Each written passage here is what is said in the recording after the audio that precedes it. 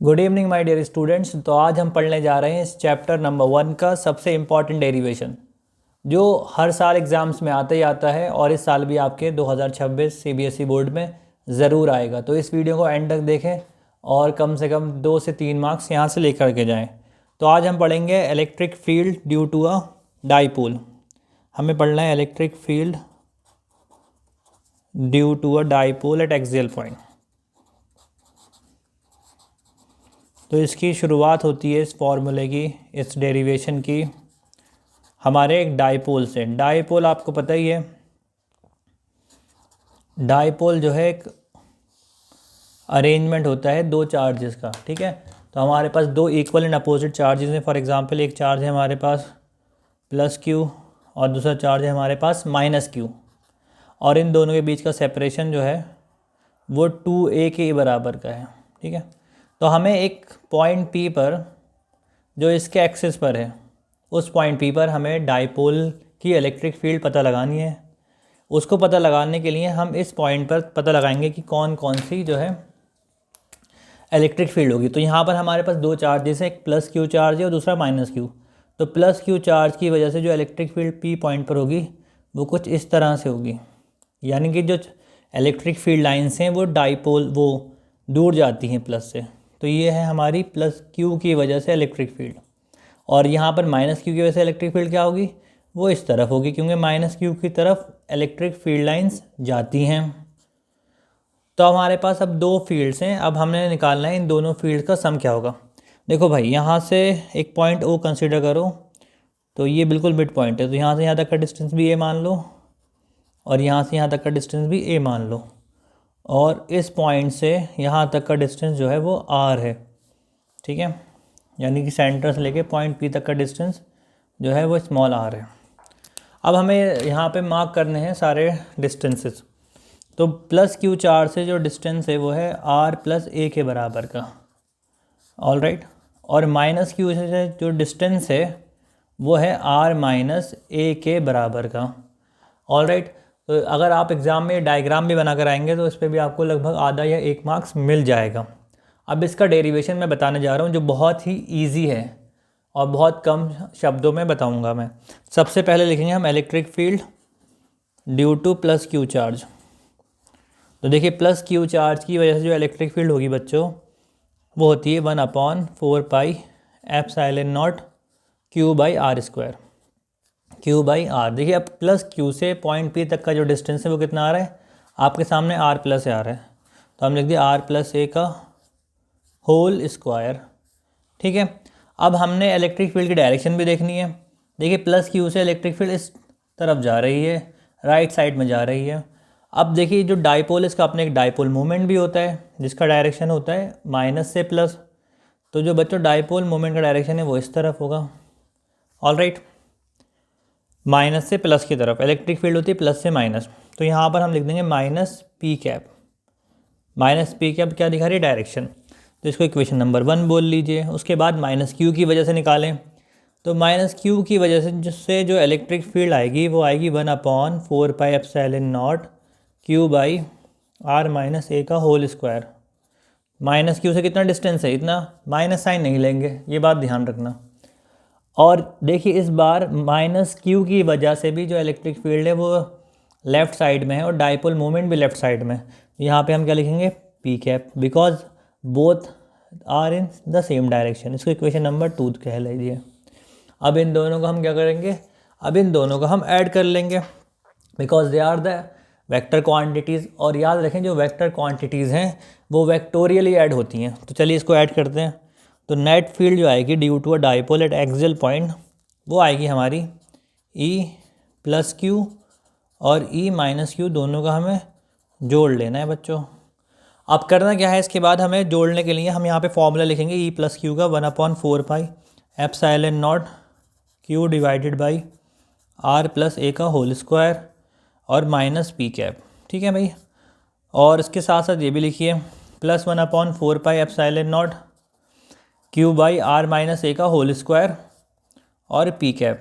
ठीक है, अब इसमें जो चीज़ें कॉमन आ रही है उसे कॉमन निकाल लीजिए। तो ध्यान दीजिए, देखिए ये वाला जो टर्म है माइनस का आएगा और ये वाला टर्म प्लस का आएगा। ठीक है, तो अब माइनस प्लस को कैसे करेंगे वो समझिए। देखिए 1/4 एप्सिलॉन नॉट और क्यू को तो बाहर निकाले, तो यहाँ पे क्या आया, ये माइनस का टर्म, इसको हम बाद में लिखेंगे, पहले हम लिखेंगे प्लस वाला।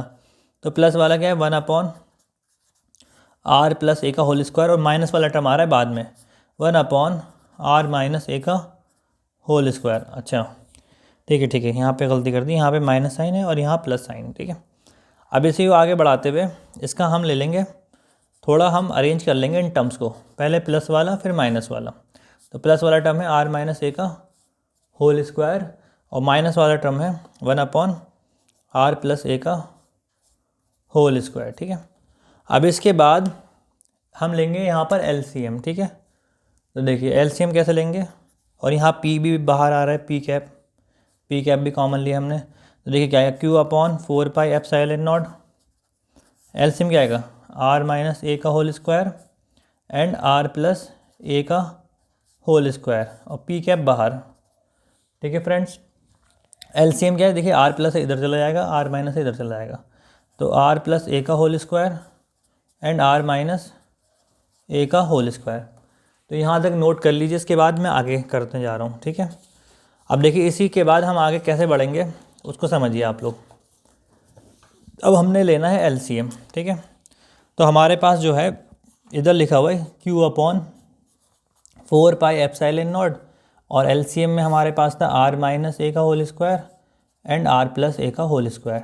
ठीक है, और इधर P कैप भी था, और ऊपर था हमारे पास, अगर आप देखेंगे पिछले वाले फ़ोटो के अंदर, तो यहाँ पे हमारे पास पहले r + a का होल स्क्वायर, तो इसका होल स्क्वायर खोल लीजिए।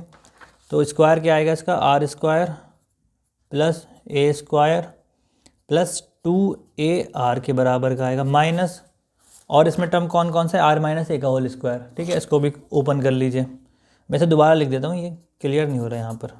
तो Q/4 epsilon not r² + a² + 2ar minus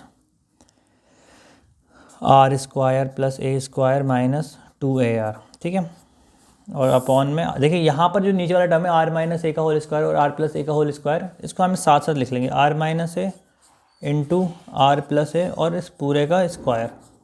all right, अब ध्यान से देखिए, इसके बाद क्या करना है, Q/4 epsilon not r² + a² + 2ar। अब इस माइनस की मल्टीप्लाई कर दीजिए इस टर्म में बच्चों पूरे में।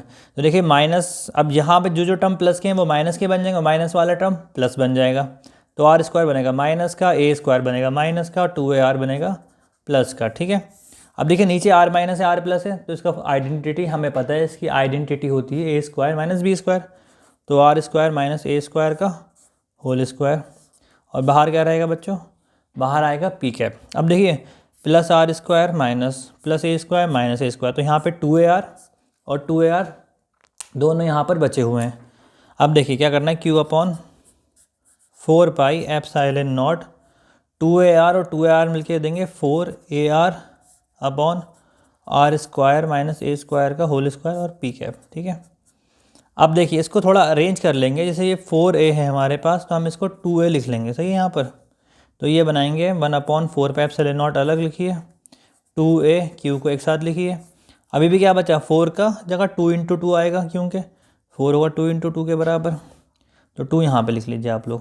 तो 2aq और r भी आ रहा है, एक P कैप आ रहा है, अपॉन में क्या है r² - a² का होल स्क्वायर आ रहा है। ठीक है दोस्तों, अब देखिए 2aq हमें पता है कि जो डाइपोल मोमेंट होता है उसका फॉर्मूला होता है P = 2aq, तो यहाँ पर आएगा 2/4 एप्सिलॉन नॉट, 2aq की जगह बच्चों हम लिखेंगे P और यहाँ लिखेंगे P कैप, और यहाँ पे एक r भी आ रहा है, और r² - a² का होल स्क्वायर। ठीक है, तो ये देखिए P कैप मिलकर देता है, याद रखें P और P कैप की जब मल्टीप्लाई होती है तो वो P वेक्टर बनता है। तो यहाँ पे क्या बनेगा, 2/4 epsilon not P vector r upon r² - a² का होल स्क्वायर। तो ये हमारा फॉर्मूला है मेन, लेकिन इसमें हम लेते हैं एक अप्रॉक्सीमेशन।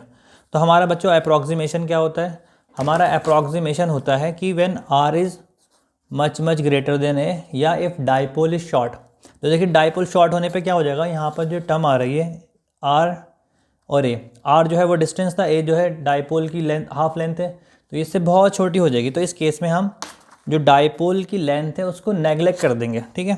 तो नेगलेक्ट करने पे देखिए ये हमारा ए स्क्वायर यहाँ से गायब हो जाएगा। तो देखते हैं क्या बचता है हमारे पास, ये बचता है 2p vector upon 4 pi epsilon naught r upon, देखिए यहाँ पर ए स्क्वायर नेग्लिजिबल होगा तो सिर्फ क्या बचेगा, आर स्क्वायर का स्क्वायर।